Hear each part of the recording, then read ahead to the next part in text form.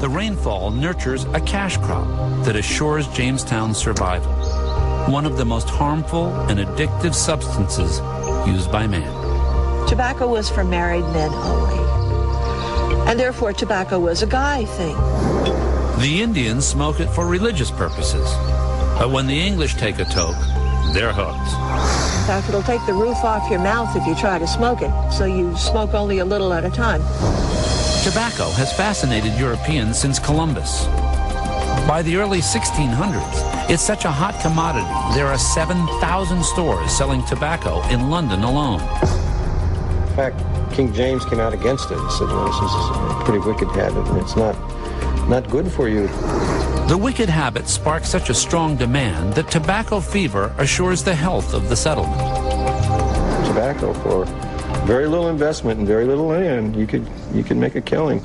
In the fertile soil, newcomer John Rolfe perfects a new strain of Virginia tobacco. Bred from a Caribbean seed, it's a smooth-tasting blend tailor-made for the English market.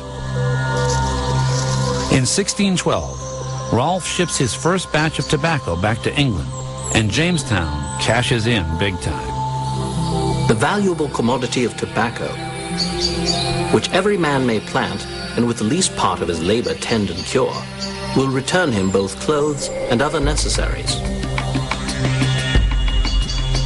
Tobacco becomes Jamestown's legal currency. 1 pound equals 3 English shillings, and there's nothing tobacco can't buy. And for 150 pounds of best leaf tobacco, over a year's wages by one estimate, the Virginia Company will deliver your very own wife. Shipping costs included. Maids young and uncorrupt, to make wives to the inhabitants, and by that means to make the men there more settled and less movable. In a few years, Jamestown is a thriving settlement. Population over 1,000, a boom town built on a puff of smoke. And once they had a cash crop that allowed people to get rich fast, English people began pouring across the Atlantic. Too bad that raising a tobacco crop takes so much manpower. To fill the need, greedy settlers open a Pandora's box.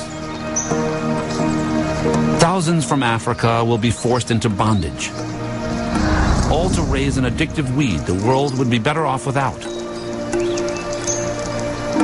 But ironically, the very same year that the shadow of slavery falls over North America, the principles are forged which will ultimately destroy it. This might be our first Liberty Bell. The base section, the top is missing. It would have been hand-rung, and the bell also may have been used in that moment in 1619 when the first representative legislative assembly met in the church. July 30th, 1619. A meeting is called in Jamestown's church. That they have a hand in governing themselves, a General Assembly should be held yearly once, for the better establishment of a commonwealth here. For their subsistence. By them should be thought. I think it is the birth of American democracy. It's the first time that elected officials, right almost down to the grassroots, were permitted to come in and formulate their own laws.